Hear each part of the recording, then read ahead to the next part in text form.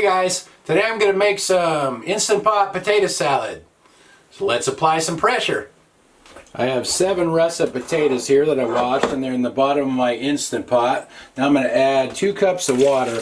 Now this is going to vary depending on how big your potatoes are and how much potato salad you want to make. I'm making a small batch because it's just me and my dog Annie, and I don't think Annie eats a whole lot of potato salad. So like I said, it'll vary. If you want to make a bigger batch, then you're going to have to use more potatoes. Okay, so now we'll get that into the Instant Pot there.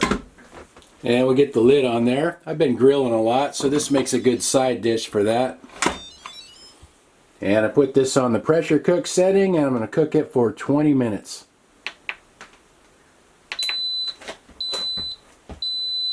The pot shut off about 10 minutes ago, so the potatoes have been in there about 40 minutes now. So I'm going to release the pressure.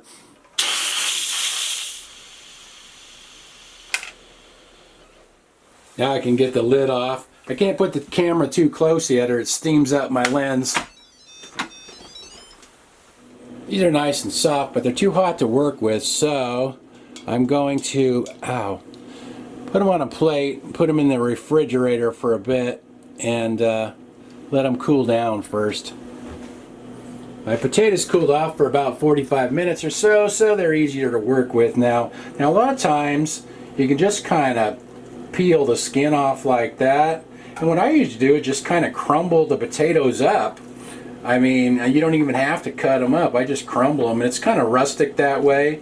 And sometimes you'll get bits of the skin in there, and I don't mind that. Like I said, it's more rustic that way. I mean, if you're picky about it, you can pick it all out, but you know, there's more nutrition in the skin anyway, so I just do it like that. But you can see, you can just kind of crumble these. You don't even have to cut them, so it makes it real easy.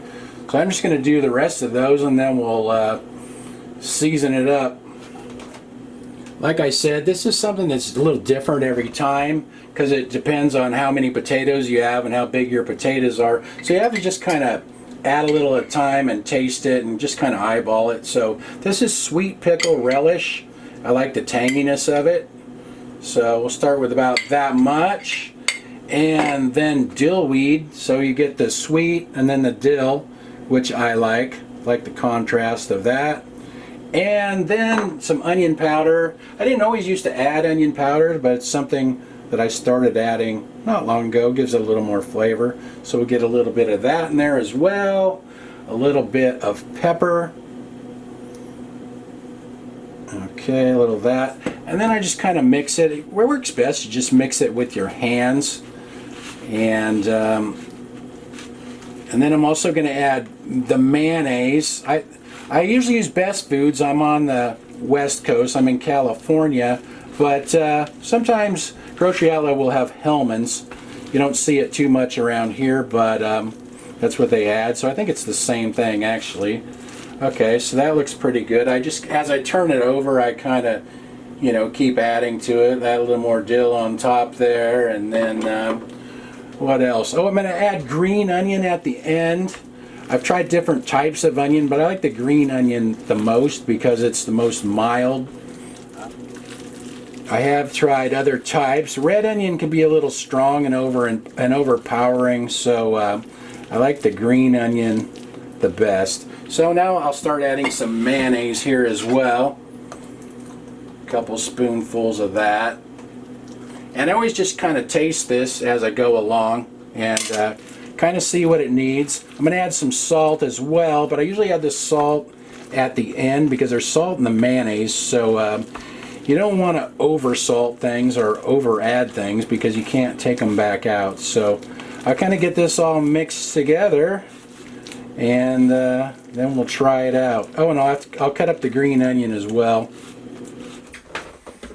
Now I'll add some green onion here. I usually just use the top. I don't usually use the bottom part. This is my own recipe. I kind of tweaked it and kind of perfected it over the years. My roommate used to love this recipe. In fact, he told me I kind of spoiled him for potato salad. He goes, I get potato salad anywhere else, and it's just not the same as yours. He goes, I love that potato salad you make. And you can add eggs to this too. Sometimes I'll add hard-boiled eggs. but not this time. This is kind of just my basic one. I usually don't add the eggs. So I'm going to add a lot of green onion. I'm going to add 2 green onions because I like the flavor of the green onion because it's nice and mild. And also it gives us some nice color as well.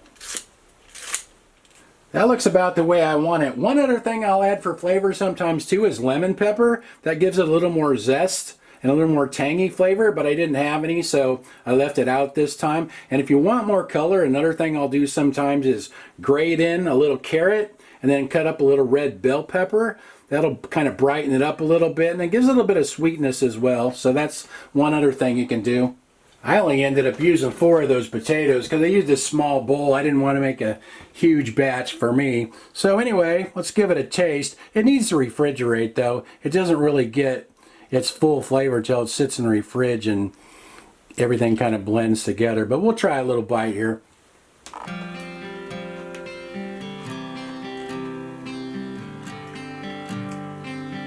I actually think this is one of my best recipes, but I've done potato salad videos before and nobody seems to watch them much. So anyway, I don't know.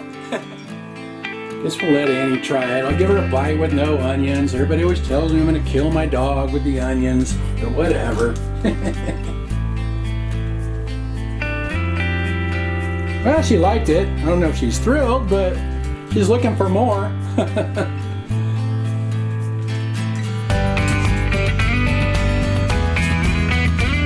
I'll write the ingredients in the description below, but like I said, you kind of have to add and taste on that one. So anyway, if you try it, let me know what you think.